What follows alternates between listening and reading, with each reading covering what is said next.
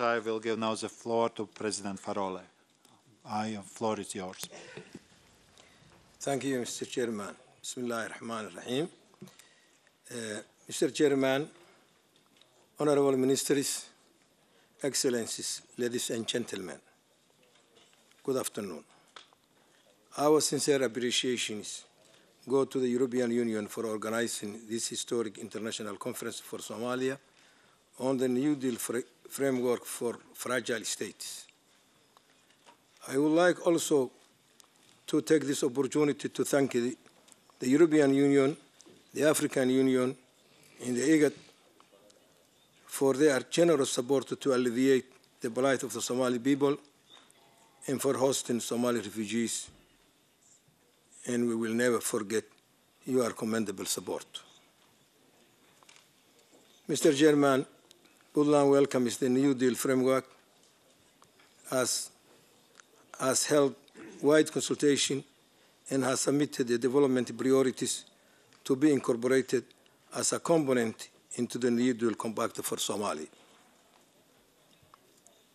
Mr. Chairman, I wish to take this opportunity to highlight a few important points. We are gathered here today to help Somalia emerge from this dark period of history. In 2012, the Provisional Federal Constitution became the first constitution produced in a consultative process among the Somali people for the first time since the Somali Constitution was abolished by the military regime 44 years ago. This marked a moment of hope and optimism that Somalia will begin to re-emerge from the path of self-destruction and a national agony. Somalia opted for federalism as it offers the only viable option to reunite the fragmented regions and territories of Somalia.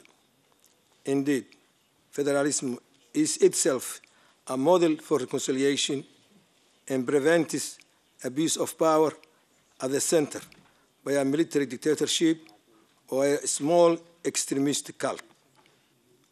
That federalism allows inclusivity and permits power to be exercised close to the people. Mr. Chairman, Somalia's federal system is currently under development, and the constitution needs to be adhered to and reviewed, but the legal process must be followed. The federal constitution in its final form must satisfactorily address autonomy for the state. Until that final stage is achieved, the political decision-making of Somalia shall be shared between the federal institutions and the federal states for the benefit of the Somali people.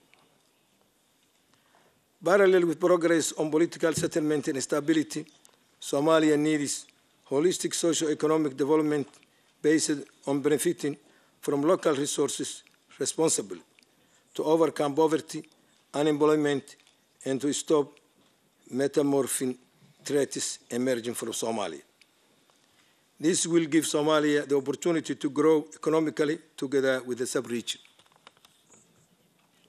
Somalia cannot afford to lose more time and bear more suffering, as the Somali people are eagerly expecting us to deliver on our promises to see a reconciled, reconstructed Somalia in peaceful election by 2016.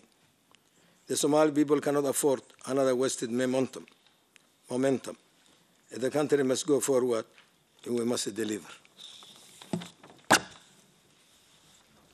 Mr. Chairman, PunTLand State has played an instrumental role by establishing institutions for governance, law enforcement, and basic service delivery in its territory. We fought against Al-Shabaab terrorists and pirates in PunTLand. We continue to prevent the threat of terrorism and piracy in the region. Our example will serve as a model for the Jubaland interim administration in future federated states. PunTLand strives towards rebuilding a new Somalia, and PunTLand requires international support for security and development to encourage future federal states and the stabilization of Somalia. PunTLand has decided to implement a public financial management system, including processes, procedures, and other related items. Mr. Chairman, Somalia, in its current situation, needs the implementation of a political timeline agreement of 18 months to accelerate formation of states, finalize the federal constitution, and fully implement the federalism system in the country. The time has come to unite behind a common purpose of rebuilding Somalia and implementing agreed upon principles. It is a time to build a national cohesion for political and socio-economic development, which requires political will and courage of Somali leaders. Mr. Chairman, my national vision is the rebirth of a new Somalia that enjoys full peace, is a respected member of the community of the nations, self-reliant, respects human rights and gender equality, that brings hope to its citizens and attract voluntary repatriation of Somali refugees. I envisage Somalia moving toward regional economic integration and attracting investment for economic growth. As the President of PunTLand, a veteran of Somali national peace process, and one of the roadmap signatories to end the transition in Somalia, I make myself available to work with other Somali entities, including the federal government, willing to contribute positively to all efforts to restitute the fragmented Somali nation state.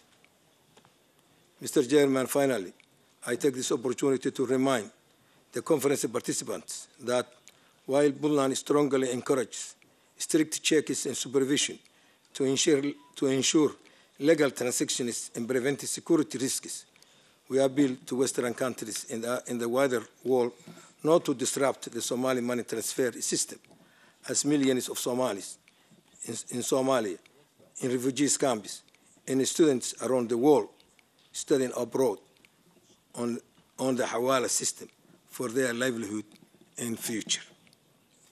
In conclusion, I repeat my appreciation to the European Union and the wider international community, front of which is the African Union, who have provided security forces to Somalia to stabilize in eager countries.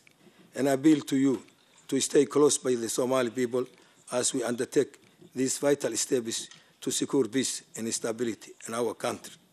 Thank you for your patience, and God bless.